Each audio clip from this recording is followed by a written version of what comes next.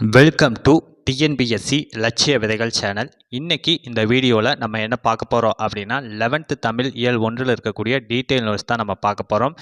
என்னென்ன டாபிக் பார்க்க போகிறோம் அப்படின்னா இந்திரன் எழுதிய பேச்சு மொழியும் கவிதை மொழியும் அப்படிங்கிற அந்த ஒரு கட்டுரை தொகுப்பை பற்றி பார்க்க போகிறோம். ப்ளஸ் இந்திரனை பற்றிய நூல்வெளி குறிப்பும் பார்க்க போகிறோம். அதற்கு அடுத்து பார்த்திங்க அப்படின்னா யுகத்தின் பாடல் அப்படிங்கிற அந்த ஒரு கவிதை தொகுப்பு எழுதிய சு வில்வரத்னம் அவர்களுடைய பாடலையும் அவரை பற்றிய நூல்வெளி குறிப்பும் இந்த வீடியோவில் நம்ம பார்க்க போகிறோம். ஓகே, டாபிக் உள்ள போவோம். பேச்சு மொழியும் கவிதை மொழியும் அதை எழுதியவர் யார் அப்படின்னா இந்திரன் அவர்கள். ஓகே, அதில் இருக்கக்கூடிய கருத்துக்களை பார்ப்போம். கலைகளோட உச்சம் என்ன அப்படின்னா கவிதை. கலைகளோட உச்சம் என்னன்னா கவிதை. ஓகே, அதற்கடுத்து கவிதையினை இயன்றவரை பேசுவது போல் எழுதுவதுதான் உத்தமம் என்றும் அதுவே மானுடத்திற்கு எழுத்தாளர்கள் செய்யும் கடமை என்றும் கூறியவர் யார் அப்படின்னா மகாகவி பாரதி அவர்கள். ஓகேங்களா, இந்த கொஸ்டின் வெரி வெரி இம்பார்ட்டன்ட். இது ப்ரீவியஸ் இயரில் கேட்டிருக்காங்க. ஓகேங்களா, அதாவது ஒரு கவிதை அப்படிங்கிறது என்ன மாதிரி இருக்கணும் அப்படின்னா ஒருத்தர் இன்னொருத்தர் பேசுகிற மாதிரி இருக்கணும். ஓகேங்களா, அந்த மாதிரி எழுதுறது தான் உண்மையான கவிதை அப்படின்னும் அதுதான் இந்த மானுடத்திற்கு எழுத்தாளர்கள் செய்யக்கூடிய கடமை அப்படின்னும் சொன்னவர் யாருன்னா மகாகவி பாரதி அவர்கள். ஓகே, நெக்ஸ்ட்டு தேர்டு பாயிண்ட்டு, மொழி என்ற ஒன்று பிறந்தவுடன் உலகம் என்பதும் நான் என்பதும் தனித்தனியாக பிரிந்து தங்களை தனித்துவமாக நிலைநிறுத்தி கொள்கின்றன. சொன்னவர் யார் அப்படின்னா எர்னஸ்ட் காசிரர். அவர் தான் இந்த ஸ்டேட்மெண்ட்டை சொல்லியிருக்காரு. இதுவுமே இம்பார்ட்டன்ட் தான், கேட்பதற்கான வாய்ப்புகள் இருக்குது. அதாவது பார்த்திங்க அப்படின்னா மொழி அப்படிங்கிறது பிறக்காததுக்கு முன்னாடி நம்ம எப்படி இருந்திருப்போம் அப்படின்னா அதாவது பறவை விலங்கு அதோடு சேர்ந்து நம்மளும் ஒரு விலங்கினமாக தான் இருந்திருப்போம். இந்த மொழி அப்படிங்கிற அந்த ஒன்று பிறந்ததுக்கப்புறம் தான் உலகம் அப்படிங்கிற ஒரு விஷயம் பிறந்ததாகவும் அடுத்து மனிதர்கள் அப்படிங்கிற நான் அப்படிங்கிறதும் பிரிஞ்சதாகவும் பிரிஞ்சு தங்களை என்ன பண்ணியிருக்காங்க அப்படின்னா தனித்துவமாக நிலைநிறுத்திக் கொள்கின்றன அப்படிங்கிற ஸ்டேட்மெண்ட்டை சொன்னது யாருன்னா எர்னஸ்ட் காசிரர் அவர்கள். ஓகே, அதற்கடுத்து பெயர்களுக்கு கடந்த காலம் நிகழ்காலம் எதிர்காலம் ஆகிய வண்ணங்களை பூசும் சக்தியை எது கொடுக்குது அப்படின்னா மொழி தான் கொடுக்குது. ஓகேங்களா, ஓகே, அதாவது ஒரு பெயர் இருக்குது அப்படின்னா அதற்கு கடந்த காலம் என்ன நிகழ்காலம் என்ன எதிர்காலம் என்ன இந்த மாதிரியான விஷயங்களை வண்ணங்களை பூசக்கூடிய சக்தியை மொழி தான் கொடுக்குது. ஓகே, நெக்ஸ்ட்டு வாளினும் வலிமை அப்படிங்கிறது இந்த ஸ்டேட்மெண்ட்டை பற்றி பார்ப்போம். இந்த கருத்துக்களெல்லாம் சொல்கிறது யார் அப்படின்னா இந்திரன் அவர்கள் தான். ஓகே, அதாவது மொழி வழியாக ஒன்றை பெயரிட்டு அழைக்கத் தொடங்கியவுடன் அந்த பொருளின் மீது எனக்கு ஒரு அதிகாரம் வந்து விடுவதை உணர்கிறேன் அப்படிங்கிறது. ஓகேங்களா, அதாவது பார்த்திங்க அப்படின்னா இப்போ உதாரணமாக அம்மா அப்படின்னு சொல்லி நம்ம அழைக்கிறோம். ஓகேங்களா, அம்மா அப்பா நண்பா அண்ணா அப்புறம் பார்த்திங்க அப்படின்னா சிலரோட பெயர் கார்த்தி இந்த மாதிரியான ஒரு சில பெயர்களை நம்ம குறிப்பிட்டு அழைக்கிறோம். அப்படிங்கிற பட்சத்தில் அந்த பொருளின் மீது என்ன ஆகுது அப்படின்னா நமக்கு ஒரு அதிகாரம் வந்து விடுது. ஓகேங்களா, இதுதான் இந்த வரிக்கான அர்த்தம். அதற்கடுத்து பார்த்திங்க அப்படின்னா மொழி வெளிப்பாட்டின் பகுதியாக என்னென்னலாம் இருக்குது அப்படின்னா கைகால் அசைவுகள். ஓகேங்களா, அதற்கடுத்து பார்த்திங்க அப்படின்னா முகத்தின் தசைநார் சுருக்கங்களின் அபிநயங்கள் ஆகிய உடம்பின் செயல்பாடுகளும் என்னவா இருக்குது அப்படின்னா மொழி வெளிப்பாட்டோட பகுதியாக இருக்குது. நெக்ஸ்ட்டு, ஒரு திரவ நிலையில் நான் விரும்பும் வகையில் என்னிடம் கீழ்ப்படிந்து நடந்து கொள்ளும் எனது மொழி எழுத்து மொழியாக பதிவு செய்யப்படுகிற போது உறைந்து போன பனிக்கட்டியை போன்ற திடநிலையை அடைந்து விடுகிறது. ஓகேங்களா, ஓகே, அதாவது இதற்கான பொருள் என்ன அப்படின்னா மொழி அப்படிங்கிறது ஒரு லிக்விட் மாதிரி இருக்கும். ஓகேங்களா, அது நீங்களும் நானும் பேசிக்கிட்டு இருக்கிறப்ப அந்த மொழியோ அந்த தன்மை பார்த்திங்க அப்படின்னா அதற்கான ஆயுள் காலம் பார்த்திங்கன்னா ஷார்ட் பீரியட் தான். ஓகேங்களா, ஓகே, அதே நீங்கள் ஒரு உரையாடலாகவும் அதை ஒரு புத்தகமாக நான் வெளியிடுறேன். ஓகேங்களா, அதை புத்தகமாக எழுத்து மொழியாக வெளியிடப்படும் போது அதற்கான ஆயுள் காலம் அப்படிங்கிறது அதிகம். ஓகேங்களா, ஒரு மொழி 2 நபர்கள் பேசிக்கிட்டு இருக்கிறப்ப அது திரவ நிலையில் இருக்குது. அதே எழுத்து மொழியாக நூல் வடிவாக வரும்போது அது என்ன ஆகுது அப்படின்னா உறைந்து போன பனிக்கட்டியை போன்ற திடநிலை அடையுது. அதற்கான ஆயுள் காலம் அப்படிங்கிறது என்ன அப்படின்னா அதிகம். ஏன்னா பார்த்திங்க அப்படின்னா நூல் வடிவில் வந்துருச்சு அப்படின்னா இந்த தலைமுறையினர் படிப்பாங்க, அடுத்து வரக்கூடிய தலைமுறையினர் படிப்பாங்க, அடுத்தடுத்து வரக்கூடிய தலைமுறையினர்கள் படிப்பாங்க. அது என்ன ஆகுது அப்படின்னா உறைந்து போன பனிக்கட்டியை போன்ற திடநிலையை அடையுது. ஓகே, நெக்ஸ்ட்டு நேரடி மொழி அப்படிங்கிற அந்த ஒரு டாபிக். இதில் பார்த்திங்க அப்படின்னா எழுத்து மொழியை காட்டிலும் பேச்சு மொழி உணர்ச்சிக்கு மிக அருகில் இருக்கிறது. ஓகேங்களா, ஓகே. அதாவது பார்த்தீங்க அப்படின்னா, ஒரு சிலர் சொல்லி கேட்டிருப்பீங்க. பேசி பேசியே ஆட்சிய புடிச்சுட்டாங்க அப்படிங்கிற மாரி சொல்லுவாங்க. ஏன்னா, பேச்சு மொழி அப்படிங்கிறது உணர்ச்சிகள தூண்டக்கூடியது. ஓகேங்களா? அந்த மக்களோட உணர்ச்சிகள தூண்டி அதன் மூலியமா என்ன பண்ணிருவாங்க அப்படின்னா, அவங்க அதிகாரத்துக்கு வந்துருவாங்க. அத வச்சு தான் இந்த மாரி சொல்லியிருப்பாங்க. ஓகேங்களா? ஓகே. அது மட்டும் இல்லாம, பேச்சு மொழி அப்படிங்கிறது எழுத்து மொழியை காட்டிலும் அதிக உணர்ச்சி வெளிப்பாடு சக்தி மிக்கதாக உள்ளது. நம்ம ஆல்ரெடி பார்த்தது தான். ஓகே. அதற்கடுத்து நேரடி மொழி அப்புட்ன்னா என்ன? அப்படின்னா ஒன்றுமே கிடையாது. அதாவது நம்ம ஒரு 2 நபர்கள் பேசிக்கிட்டு இருக்காங்கன்னு வச்சுக்கங்களேன். அதில எதிரில இருக்கக்கூடிய நபர்ட்ட நம்ம இயல்பா பேசுவோம். ஓகேங்களா? இதத்தான் என்ன சொல்றாங்க அப்படின்னா, நேரடி மொழி அப்படின்னு வந்து சொல்றாங்க. இந்த நேரடி மொழி அப்படிங்கிறது பார்த்தீங்கன்னா, எந்த ஒரு காலகட்டங்கள்லயுமே என்ன ஆகுறதில்ல அப்படின்னா, பழமை தட்டுவது இல்லை. பேச்சு மொழி. ஓகேங்களா? நேரடி மொழினா என்னன்னா, பேச்சு மொழி தான். இந்த பேச்சு மொழி ஒரு காலமுமே என்ன பண்றதில்ல, பழமை தட்டுவது இல்லை. அதற்கடுத்து வெரி வெரி இம்பார்ட்டன்டான ஒரு பாயிண்ட்டு. இது கேட்பதற்கான வாய்ப்புகள் மிக மிக அதிகம்.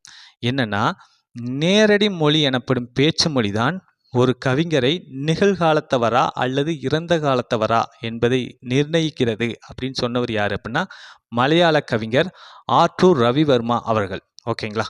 ஓகே. நெக்ஸ்ட் பாயிண்ட் பார்க்கறதுக்கு முன்னாடி இங்கு வந்து ஒரு சிறு தகவல் என்ன அப்படின்னா, நம்ம 6th to 10th வரைக்கும் உண்டான தமிழுக்கு உண்டான டீட்டெயில் நோட்ஸ் ப்ளஸ் வந்து பாலிட்டிக்கு உண்டான டீட்டெயில் நோட்ஸும் நம்ம கம்ப்ளீட் பண்ணியிருக்கோம். அது மட்டும் இல்லாமல் தமிழுக்கு உண்டான ப்ரீவியஸ் இயர் கொஸ்டின் அதே போலவே பார்த்திங்க அப்படின்னா பாலிட்டிக்கு உண்டான ப்ரீவியஸ் இயர் கொஸ்டின்ஸும் நம்மக்கிட்ட அவைலபிளாக இருக்குது. உங்களுக்கு தேவைப்பட்டுச்சு அப்படின்னா இந்த நம்பருக்கு நீங்கள் காண்டாக்ட் பண்ணி வாங்கிக்கலாம். ஓகே. அதற்கடுத்து பெருங்கவிஞர்களின் வாய்மொழி அப்படிங்கிறது. ஓகே. மேலை நாட்டு கவிஞர்கள் பார்த்தீங்க அப்படின்னா, பேச்சு மொழியை பயன்படுத்தியிருக்காங்க. அதில் வந்து 3 வகையினர் இருக்காங்க. ஓகேங்களா?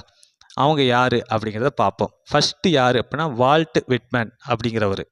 செகண்ட் யார் அப்படின்னா, மல்லார்மே அவர்கள். ஓகேங்களா? தேர்டு பார்த்தீங்க அப்படின்னா, பாப்லோ நெருடோ. இந்த 3 வகையினர் வந்து இருந்திருக்காங்க. இதில் வந்து நம்ம வால்ட் விட்மனை பற்றி பார்ப்போம். இந்த வால்ட் விட்மனை சேர்ந்த வகையினர் வந்து எந்த மாதிரி கவிதை எழுதுவாங்க அப்படின்னா, எந்த ஒரு சொல்லும் மற்றொரு சொல்லை விட முக்கியமானதாகி விடுவதில்லை. ஓகேங்களா? இவங்க கவிதை வரிகள்லாம் பார்த்தீங்க அப்படின்னா, ஒவ்வொரு சொல்லுமே வந்து இம்பார்ட்டண்ட்டாக இருக்கும். ஓகேங்களா? இந்த சொல்லை விட இது இம்பார்ட்டன்ட், இந்த சொல்லை விட இது இம்பார்ட்டன்ட் அப்படிலாம் இருக்காது. அதை போலவே பார்த்தீங்க அப்படின்னா, ஒரு சிற்பி வந்து எப்படி சிலையை செதுக்கும்போது தேவையில்லாததெல்லாம் நீக்கிட்டு தேவையானதை மட்டும் வச்சு அந்த சிற்பத்தை உருவாக்குறாரோ, அதே போலவே இவருடைய கவிதைகளில் வந்து இடம்பெறக்கூடிய ஒவ்வொரு சொல்லுமே முக்கியமானதாகத்தான் இருக்கும்.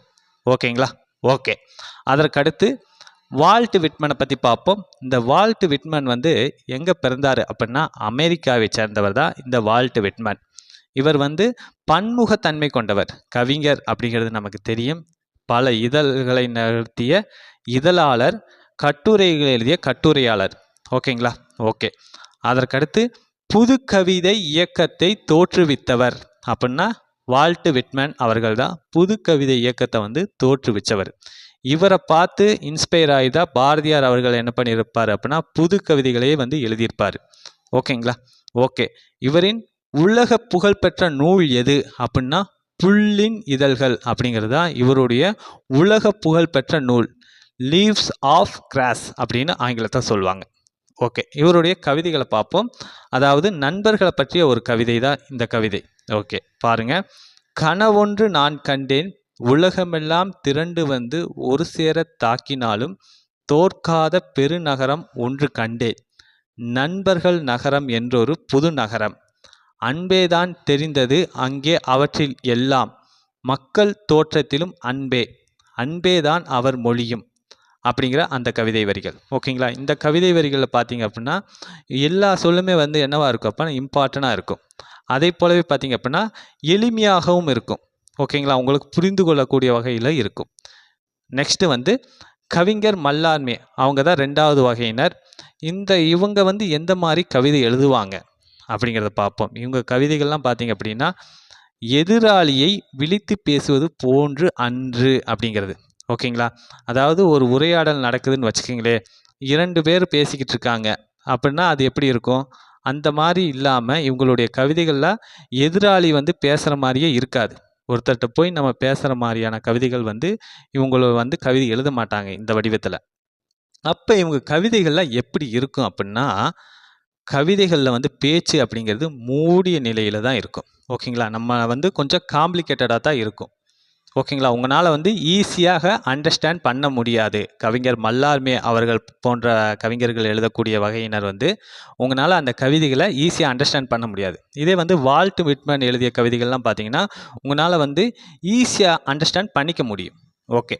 அப்போ இவங்க கவிதைகள் எந்த மாதிரி இருக்குது அப்படின்னு பார்த்தீங்கன்னா, குறியீடுகளின் கூட்டம் ஒரு முனையிலும் மொழி மறுமுனையிலும் இருக்கையில் கவிதையின் பேச்சு இடையில் இருக்கும் வெளியில் புழங்குவதாக இருக்கும். ஓகேங்களா? ஓகே. இதில் பார்த்தீங்க அப்படின்னா குறியீடு அப்படின்னு வருது. அதாவது குறியீடு அப்படின்னா என்னன்னா, அதாவது மற்றொன்றை குறிப்பதற்காக உணர்த்தக்கூடிய சொல் அல்லது பொருள் தான் குறியீடு. இப்போ வீரத்துக்கு என்ன சொல்லுவாங்க அப்படின்னா சிங்கம் அப்படின்னு சொல்லுவாங்க. ஓகேங்களா? அதே போலவே நீதிக்கு என்ன சொல்லுவாங்க அப்படின்னா தராசு அப்படின்னு குறியீடு பயன்படுத்துவாங்க. இதுதான் வந்து குறியீடு. மற்றொன்றை குறிப்பதற்காக உணர்த்தக்கூடிய சொல் அல்லது பொருள் தான் குறியீடு. இந்த மாதிரி இவங்களுடைய மல்லார்மே அவர்கள் வகையினர் வந்து எப்படி கவிதை எழுதுவாங்கன்னா, குறியீடுகள் வந்து ஒரு பக்கமாகவும், மொழி வந்து மறுமுனையிலும் இருக்கும். கவிதையினோட அந்த பேச்சு வந்து இடையில இருக்கும். இந்த மாதிரி எழுதக்கூடியவங்க தான் மல்லார்மே கவிஞர் வகையினர். ஓகேங்களா? ஓகே. கொஞ்சம் ரொம்பவுமே இவங்க கவிதைகள்லாம் காம்ப்ளிகேட்டடாக தான் இருக்கும். நெக்ஸ்ட் வந்து குறியீட்டு கவிதை என்பது பொருளை பதிவு செய்வதென்று நினைவு கூறத்தக்க தருணங்களை பதிவு செய்வதாகும். ஓகேங்களா? ஒரு நல்ல நினைவுகள் இருக்குது அப்படிங்கிற பட்சத்தில் அந்த நினைவுகளை வந்து பதிவு செய்வதற்காகத்தான் இந்த குறியீட்டு கவிதைகளை அவங்க பயன்படுத்துகிறாங்க. ஓகே. நெக்ஸ்ட்டு வந்து ஸ்டெஃபன் மல்லார்மே அவர்கள் தான். அவரை வந்து பார்ப்போம். இந்த ஸ்டெஃபன் மல்லார்மே எங்கே பிறந்தார் அப்படின்னா பிரான்ஸ் நாட்டை சேர்ந்தவர் தான் ஸ்டெஃபன் மல்லார்மே அவர்கள். இவர் என்னவாக பணிபுரிஞ்சிருக்காரு அப்படின்னா ஆங்கில ஆசிரியராக பணிபுரிஞ்சிருக்கிறாரு. அதற்கடுத்து இவரை புரிந்து கொள்வதன் மூலமாகவே குறியீட்டியத்தையும் புரிந்து கொள்ள முடியும். ஓகேங்களா? இந்த குறியீட்டியத்தை வந்து அதிகமாக பயன்படுத்தியவர் யார் அப்படின்னா ஸ்டெஃபன் மல்லார்மே அவர்கள் தான். ஓகேங்களா? வெரி வெரி இம்பார்ட்டன்ட், கேட்பதற்கான வாய்ப்புகள் இருக்குது. ஓகே. இந்த ஸ்டெஃபன் மல்லார்மேவோட ஒரு கவிதை வரியை பார்ப்போம். அதாவது, புத்தகங்களிலெல்லாம் படித்து விட்டேன், நான் தப்பி போகத்தான் வேண்டும் அங்கே, ஆனால் உடலோ சோகத்தில், வானுக்கும் மயக்கத்தில் பறவைகள் பறப்பதை உணர்கிறேன், என் கண்களில் பிரதிபலிக்கும் பழைய பூங்காக்களோ பாய்மரங்களை தூக்கி எறிந்து விட்டிருக்கும், நீராவி கப்பலே புறப்படு தொலைதோச இயற்கையை நோக்கி அப்படிங்கிற இந்த கவிதை வரிகள். ஓகேங்களா? இந்த கவிதை வரிகள் படிக்கும்போதே உங்களுக்கு தெரியும் குறியீட்டியம் வந்து நிறையாவே இதில் வந்து வெளிப்படுது. ஓகே. 3வது வகையினர் என்ன அப்படின்னா பாப்லோ நெருடோ அந்த வகையினர். ஓகேங்களா? ஸ்பானிஷ் மொழி கவிஞராக பாப்லோ நெருடோ அந்த வகையில் வந்து எழுதக்கூடியவங்க. ஓகே.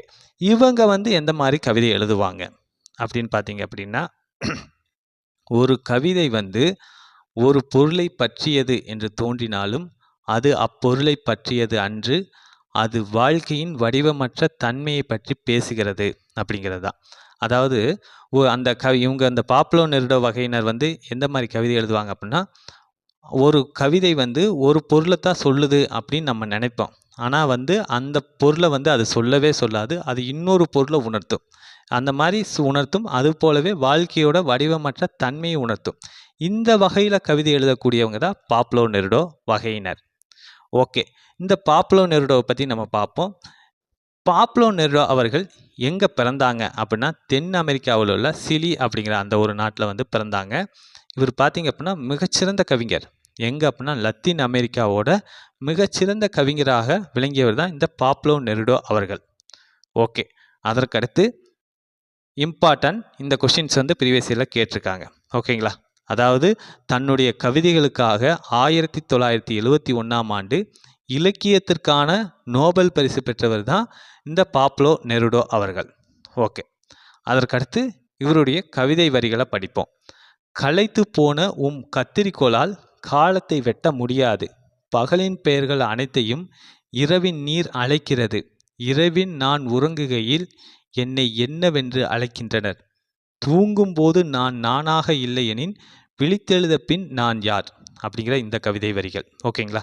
ஓகே. இந்த கவிதை வரிகளை பாருங்களேன். அதாவது காலம், பகல், அதற்கடுத்து பார்த்தீங்க அப்படின்னா இரவு, இந்த மாதிரியான விஷயங்கள்லாம் இடம்பெறுது. அப்போ நம்ம என்ன நினச்சிருப்போம், ஏதோ ஒரு காலத்தை பற்றி தான் சொல்லுது அப்படிங்கிற மாதிரி நம்ம நினச்சிருப்போம். ஆனால் வந்து அதோட வாழ்க்கையோட தன்மையை பற்றி சொல்லுது. ஓகேங்களா? இப்போ நம்ம மேலே பார்த்தது தான். இவங்க கவிதைகள்லாம் எப்படி எழுதுவாங்க, ஒரு பொருளை பற்றியது அப்படிங்கிற மாதிரி நமக்கு தோன்றினாலும் அது வந்து அந்த பொருளை பற்றி சொல்லாது. ஓகேங்களா? ஓகே. அதாவது கடைசியாக ஒரு வரிகள் வரும் பார்த்துங்க. தூங்கும்போது நான் நானாக இல்லையெனின் விழித்தெழுந்த பின் நான் யார் அப்படின்னு கேட்குறது. இது வந்து ஒரு வாழ்க்கையோட ஒரு தன்மையை பற்றி சொல்லுது. நம்ம தூங்குறப்ப நான் இல்லை அப்படின்னு ஆயிடுது. நம்ம சவம், உயிரற்ற பிணம் அப்படிங்கிற மாதிரி தான் இருக்கும். இப்போ விழித்தெழுந்த பின் நான் யார் அப்படின்னு வருது. ஓகேங்களா? இந்த மாதிரி இரவு பகல்னு வருது. ஆனால் அதை காலத்தை பற்றி சொல்லாமல் அது வந்து வாழ்க்கையோட வடிவமற்ற தன்மையை சொல்லுது. ஓகேங்களா? இந்த மாதிரி கவிதை எழுதக்கூடியவங்க தான் பாப்லோ நெருடா வகையினர். ஓகே. இவங்களுடைய கவிதை வரிகள்லாம் எப்படி இருக்கும் அப்படின்னா, விரிந்ததாகவும், ஓகேங்களா, ஒரு ஆழமான பொருளை தருவதாகவும், மையத்தை நோக்கி நகர்வதாகவும், வாழ்க்கையோட அந்த மையத்தை நோக்கி நகர்வதாகவும் இவங்க கவிதைகள் இருக்கும். ஓகே. அதற்கடுத்து கவிதை என்பது பொருளன்று, அது மொழிக்குள் உலகையும் உலகிற்குள் மொழியையும் முழுவதாக நுழைத்து விடுவதற்காக முயலும் ஒரு தொடர்ந்த படைப்பு செயல்பாடு. ஓகேங்களா? கவிதை அப்படிங்கிறது வந்து பொருளே கிடையாது. அது மொழிக்குள்ள உலகையும் உலகுக்குள்ள மொழியையும் நுழைத்து விடுவதற்காக ஒரு படைப்பு செயல்பாடு தான். ஓகே. இந்த கவிதை அப்படிங்கிறது என்ன அப்படின்னா ஒரு மொழி தான். ஆனால் பார்த்தீங்க அப்படின்னா மொழியினோட ஒரு மேம்பட்ட வடிவம். ஓகேங்களா? ஓகே. அதே போலவே பார்த்தீங்க அப்படின்னா இந்த கவிதைக்குள் உலவும் மொழியின் தர்க்கம் என்ன பண்ணுது அப்படின்னா கவிதைக்கான உலகத்தை கட்டி எழுப்புகிறது. ஓகேங்களா? ஓகே. அது நெக்ஸ்ட்டு தமிழ் கவிதையியல் அப்படிங்கிற அந்த ஒரு நூலை எழுதியவர் யார் அப்படின்னா சிவத்தம்பி அவர்கள் தான் இந்த தமிழ் கவிதையியல் அப்படிங்கிற நூல் எழுதியிருக்காரு. ஓகே. நெக்ஸ்ட்டு வந்து நூல்வெளி பார்ப்போம். அதாவது ராசேந்திரன், இந்த இந்திரன் அவருடைய இயற்பெயர் என்ன அப்படின்னா ராசேந்திரன். அதுதான் வந்து இந்திரனோட இயற்பெயர். இவர் வந்து பன்முகத்தன்மை கொண்டவர் தான் இந்த இந்திரன். என்னென்ன சிறந்த கலை விமர்சகர், கவிஞர், மொழிபெயர்ப்பாளர். அதாவது பார்த்திங்க அப்படின்னா இன்னொரு ஒரு மொழியிலேருந்து இன்னொரு மொழிக்கு வந்து அந்த நூலை மொழிபெயர்க்கிறவர். அதைத்தான் அவங்கள தான் மொழிபெயர்ப்பாளர் அப்படின்னு சொல்லுவாங்க. நெக்ஸ்ட்டு வந்து ஓவியர். ஏன்னா பன்முகத்தன்மை கொண்டவர் தான் இந்திரன் அவர்கள். நெக்ஸ்ட்டு வந்து ஓரிய மொழி கவிஞர் மனோரமா பிஸ்வாஸின் பறவைகள் ஒருவேளை தூங்க போயிருக்கலாம் அப்படிங்கிற அந்த ஒரு மொழிபெயர்ப்பு நூலுக்காக இவர் என்ன பண்ணியிருப்பார் அப்படின்னா 2011ஆம் ஆண்டு சாகித்ய அகாதமி விருது பெற்றிருக்காரு. ஓகே. இவருடைய கவிதை தொகுப்புகள்லாம் என்னென்ன அப்படின்னா முப்பட்டை நகரம், சாம்பல் வார்த்தைகள். இந்த இரண்டுமே இவருடைய கவிதை தொகுப்புகள். இவர் எழுதிய கட்டுரை நூல்கள் என்னென்ன அப்படின்னா தமிழ் அழகியல், நவீன ஓவியம். இரண்டுமே இவர் எழுதிய கட்டுரை நூல்கள். இவர் நடத்திய இதழ்கள் என்னென்ன அப்படின்னா வெளிச்சம், நுண்கலை. ஓகேங்களா? இதழ்கள் அப்படின்னா மேகசின் அப்படின்னு சொல்லுவாங்க. அதாவது ஆனந்தம், ஆனந்த விகடன், குங்குமம், குமுதம் இதெல்லாம் பார்த்தீங்கன்னா இதழ்கள்னு சொல்லுவாங்க. அந்த மாதிரி வந்து இவர் நடத்திய இதழ்கள் வெளிச்சம், நுண்கலை. ஓகேங்களா? ஓகே. நெக்ஸ்ட்டு வந்து பாடப்பகுதிக்கான கவிதை மொழிபெயர்ப்புகள். நம்ம 3 வகையான கவிஞர்கள் பற்றி பார்த்தோம். அந்த கவிஞர்களோட நூல்களை வந்து தமிழில் மொழிபெயர்த்தவங்க யார் அப்படின்னு நம்ம பார்ப்போம். வால்ட் விட்மன் அவருடைய நூல்களை ஆங்கிலத்திலிருந்து தமிழில் மொழிபெயர்த்தவர் யாருன்னா சங்கர் ஜெயராமன் அவர்கள். ஓகே.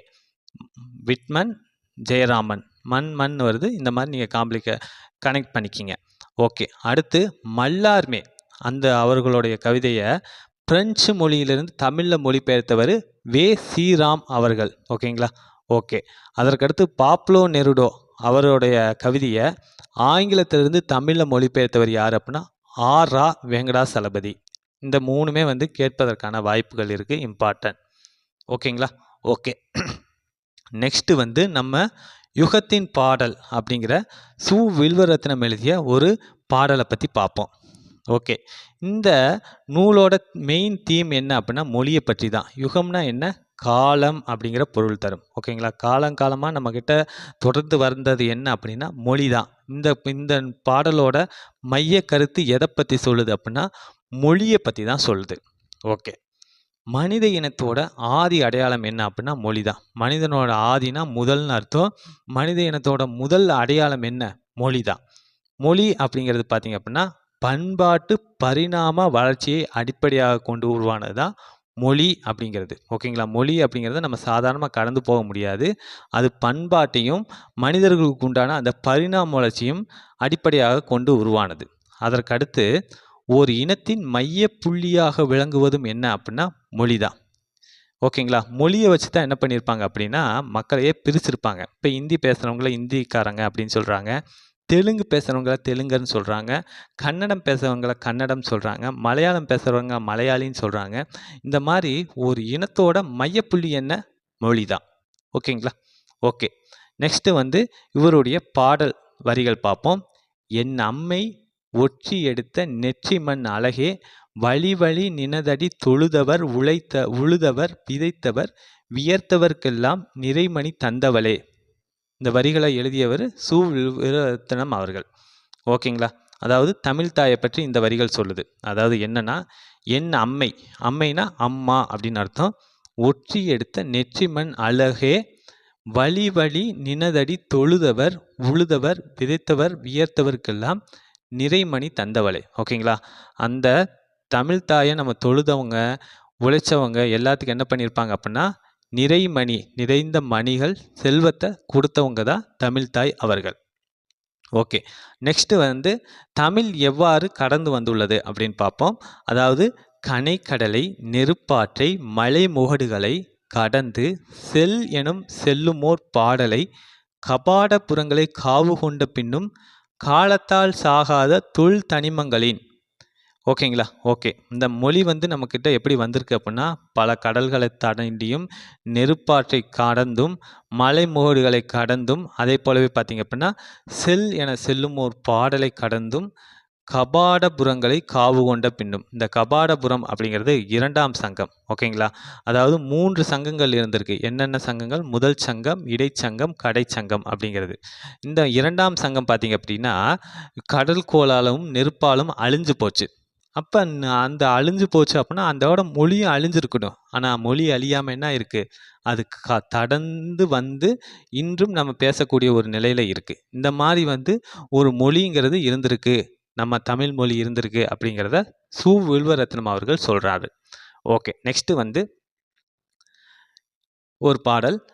"ஏடு தொடக்கி வைத்து என் அம்மை மண்ணிலே தீட்டி தீட்டி எழுதுவித்த விரல் முனையை தீயிலே தோய்த்து திசைகளின் சுவரெல்லாம் எழுதத்தான் வேண்டும் எழுதுகின்ற யுகத்தினோர் பாடலை." அப்படிங்கிறத எழுதியவர் சு. வில்வரத்னம் அவர்கள் தான்.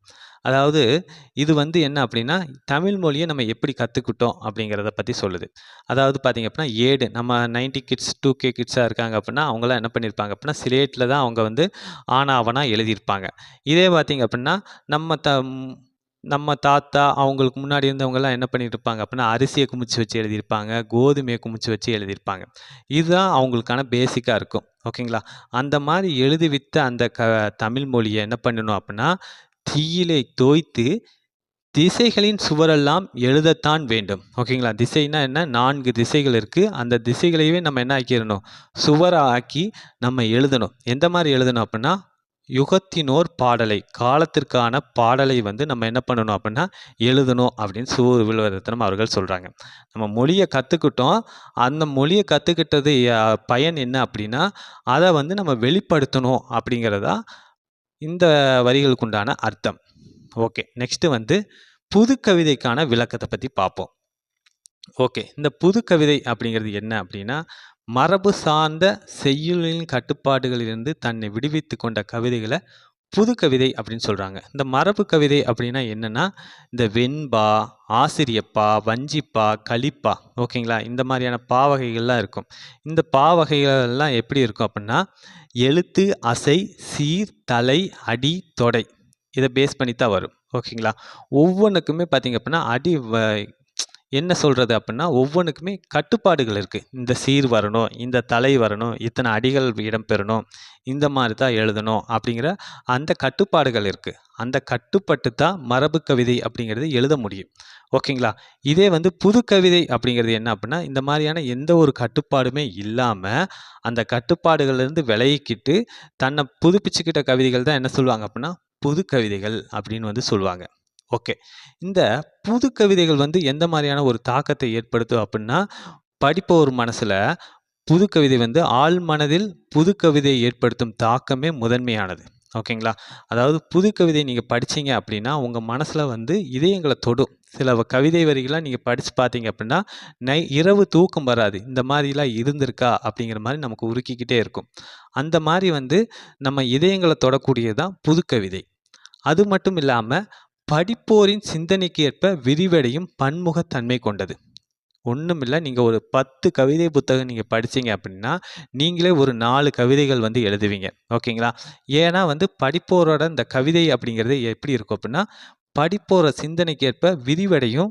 அதே போலவே நமக்குள்ளேயும் பன்முகத்தன்மைய வந்து குடுக்கும். ஓகே. நெக்ஸ்ட் வந்து நூல்வெளி குறிப்பு. கவிஞர் சு. வில்வரத்தினத்தோட நூல்வெளி குறிப்பு பார்ப்போம். அதாவது இந்த சு. வில்வரத்தினம் அவர்கள் எங்க பிறந்தாங்க அப்படின்னா, யாழ்ப்பாணத்துல இருக்கக்கூடிய புங்குடுதீவுல பிறந்தாங்க. இந்த யாழ்ப்பாணம் எங்க இருக்கு அப்படின்னா, இலங்கையில இருக்கு. ஆக மொத்தம் இந்த சு. வில்வரத்தினம் அவர்கள் பார்த்தீங்க அப்படின்னா, இலங்கை கவிஞர். ஓகே. நெக்ஸ்ட் வந்து இவருடைய கவிதைகள் மொத்தமாக உயிர்த்தெழும் காலத்திற்காக என்ற தலைப்பில் 2001 தொகுக்கப்பட்டுள்ளது. ஓகேங்களா? ஓகே. இந்த கொஸ்டின் வந்து வெரி வெரி இம்பார்ட்டன்ட். இது வந்து ப்ரீவியஸ் இயர்ல கேட்டிருக்காங்க. என்னன்னா, இவருடைய கவிதைகள் உயிர்த்தெழும் காலத்துக்காக என்ற தலைப்பில் எந்த ஆண்டு தொகுக்கப்பட்டது அப்படிங்கிற மாதிரி கேட்டிருந்தாங்க. ஓகேங்களா? ஓகே.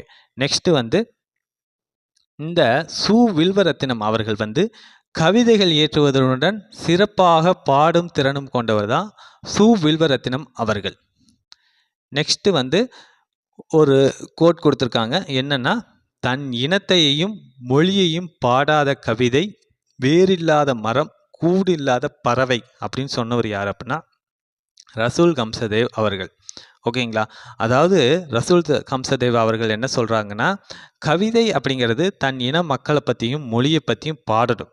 அதுதான் கவிதை. அப்படி பாடலை அப்படின்னா அந்த கவிதை எந்த மாதிரியானது அப்படின்னா, வேரில்லாத மரத்தை போன்றதும் கூடு இல்லாத பறவை போன்றதும். வேரில்லாம மரம் இருக்குமா? இருக்காது. கூடு இல்லாமல் பறவை இருக்குமா? இருக்காது. ஓகேங்களா? அது பயனற்றது அப்படின்னு சொல்கிறவர் தான் ரசூல் கம்சதேவ் அவர்கள். இந்த பேசிஸில் வந்து கவிதை தமிழ்நாட்டில் எழுதியவர் யார் அப்படின்னா, பாரதிதாசன் அவர்கள். ஓகேங்களா? இவருடைய கவிதைகள்லாம் பார்த்தீங்க அப்படின்னா, தன் இன மக்கள் வந்து மீட்சி அடையணும், தன் மொழி வந்து மீட்சி அடையணும், உயர்வை அடையணும், எல்லா மக்களும் தமிழ் மக்கள் உயர்வை நோக்கி நகரணும் அப்படிங்கிற அந்த மாதிரியான ஒரு சிந்தனையில் வந்து கவிதை எழுதியவர் யார் அப்படின்னா, பாரதிதாசன் அவர்கள் தான் தமிழ்நாட்டில் எழுதியிருக்கார். ஓகேங்களா? ஓகே. நம்ம வந்து 2 டாபிக்ஸ் வந்து நம்ம பார்த்துட்டோம். அடுத்தடுத்த டாபிக்ஸ் வந்து அடுத்தடுத்த வீடியோக்களில் சந்திப்போம். தேங்க்யூ.